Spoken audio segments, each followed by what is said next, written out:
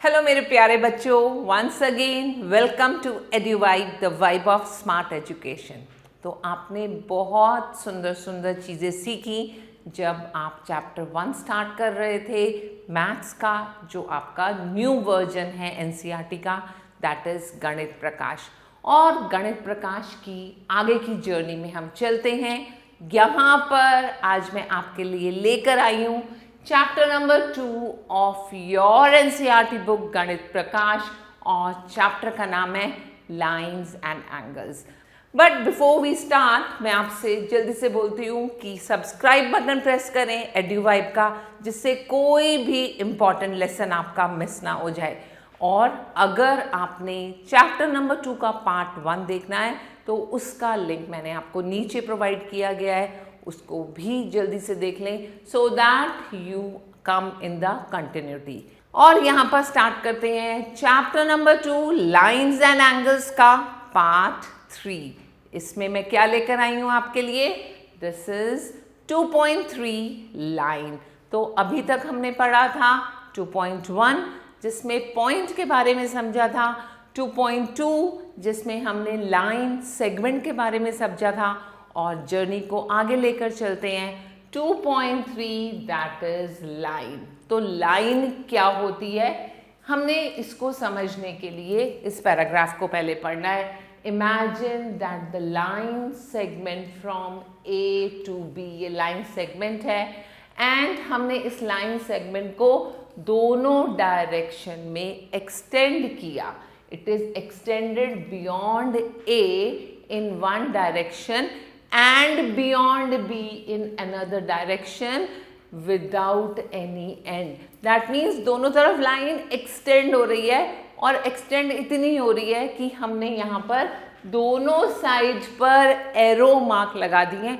और ये arrow mark क्या इंडिकेट कर रहे हैं? ये एरो मार्क शो कर रहे हैं कि लाइन बढ़ती जा रही है, बढ़ती जा रही है, बढ़ती जा रही है, कहीं पर स्टॉप नहीं हो रही है, और ये एक्सटेंड हो रही है endlessly, right?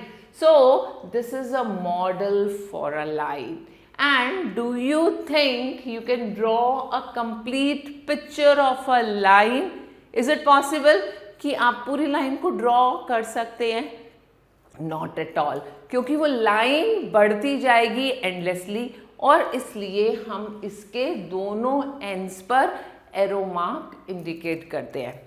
A line through 2 points A and B is written as AB, और उसके ऊपर ये जो एरोज होते हैं ये इंडिकेट कर रहे हैं कि ये एक्सटेंड हो रही है एंडलेसली, बट हम उसको पेपर पर ड्रॉ नहीं कर सकते, इसलिए उसको एरो मार्क्स के साथ शो करते हैं। Understood? This x tends forever in both directions, और इसलिए दोनों साइड हम एरो मार्क लगाते हैं। Sometimes a line is denoted by a letter like L और M। यहाँ हम स्मॉल l और स्मॉल m क्यों लिख रहे हैं? क्योंकि हम कैपिटल मार्क हमेशा पॉइंट्स के लिए यूज करते थे। तो इस लाइन को ए बी लाइन ना बोलकर हमने लिखा line M। Understood? Now observe that any 2 points determine a unique line that passes through both of them. That means हम बोलते हैं कि जो 2 points हमें दिए हैं उन दोनों points से ये line क्रॉस होती है। And moving further, हम अब इस टॉपिक को आगे लेकर जाएंगे। लाइन के बारे में हमने क्या क्या समझा कि लाइन हमेशा एंडलेसली इंक्रीज होती है, उसका कोई स्टार्टिंग पॉइंट नहीं होता, उसका कोई एंडिंग पॉइंट नहीं होता, इसलिए दोनों साइड पर हमेशा एरो इंडिकेशंस दिए जाते हैं, एंड हम उसकी लेंथ को मेज़र नहीं कर सकते। लेंथ मेज़र क्यों नहीं कर सकते? जैसे लाइन सेगमेंट का एक स्टार्टिंग पॉइंट एक एंडिंग पॉइंट होता है, और इसी तरह जब हम लाइन की बात करते हैं तो उसका ना कोई स्टार्टिंग पॉइंट ना कोई एंडिंग पॉइंट, इसलिए हम कभी भी लाइन को मेज़र नहीं कर सकते। एंड ये सबसे बड़ा डिफरेंस होता है लाइन सेगमेंट और लाइन में। अंडरस्टूड?